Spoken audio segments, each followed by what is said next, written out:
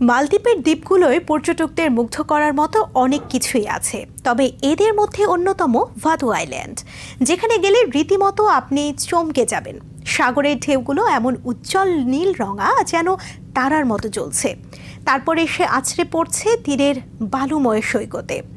আপনার তখন মনে হতে পারে এটি পৃথিবীর কোনো দৃশ্য নয়, কল্পনার রাজ্যের কিছু একটা সামনে চলে এসেছে।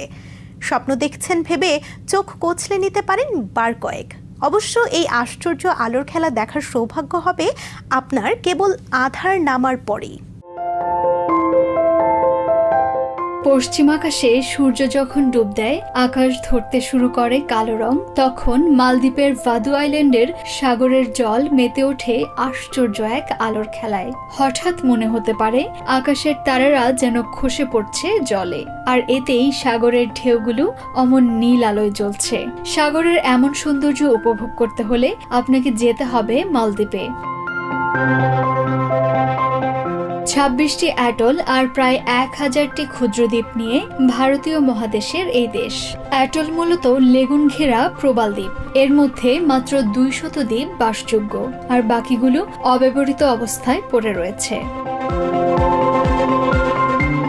প্রকৃতি যেন তার অপরূপ সৌন্দর্য ঢেলে দিয়েছে এই দ্বীপে।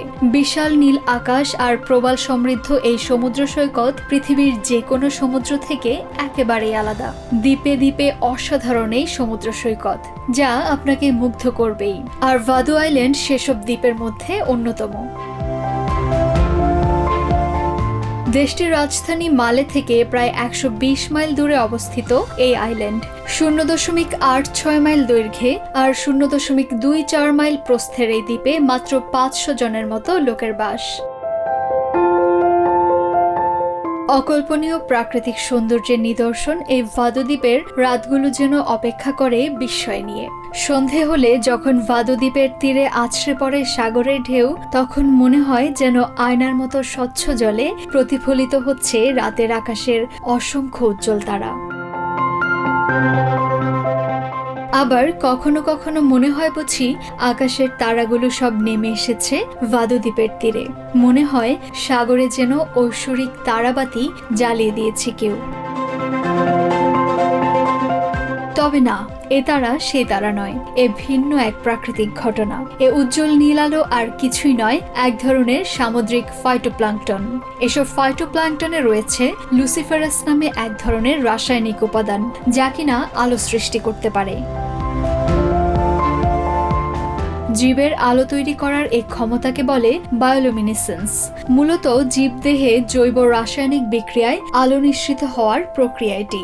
জোনাকি, জেলিফিশ, নানা ধরনের মাছ, কাঁকড়া জাতীয় কঠিন খোলের প্রাণী, এমনকি মাশরুম কিংবা শৈবালের মতো উদ্ভিদের মধ্যেও এমনটি ঘটতে পারে।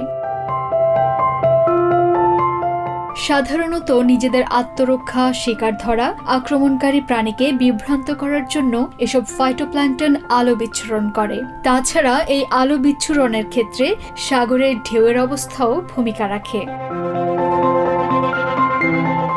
একটি মজার ব্যাপার আছে এই নীল আলোর। অন্য প্রাণীরা এই জলজলে প্ল্যাঙ্কটন খেয়ে অনেক সময় বিপদে পড়ে, কারণ এরা অন্য প্রাণীর শরীরে গিয়েও জ্বলতে পারে। তখন সেই আলো আবার আরো বড় শিকারী জলজ প্রাণীদের আকৃষ্ট করে।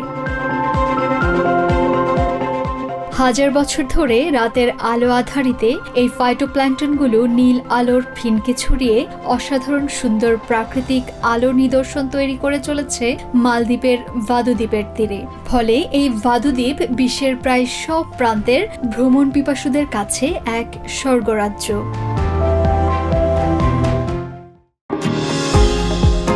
নিউ ইয়র্ক থেকে সম্প্রচারিত TVN 24 টেলিভিশন বিশ্বজুড়ে বাঙালির কণ্ঠস্বর।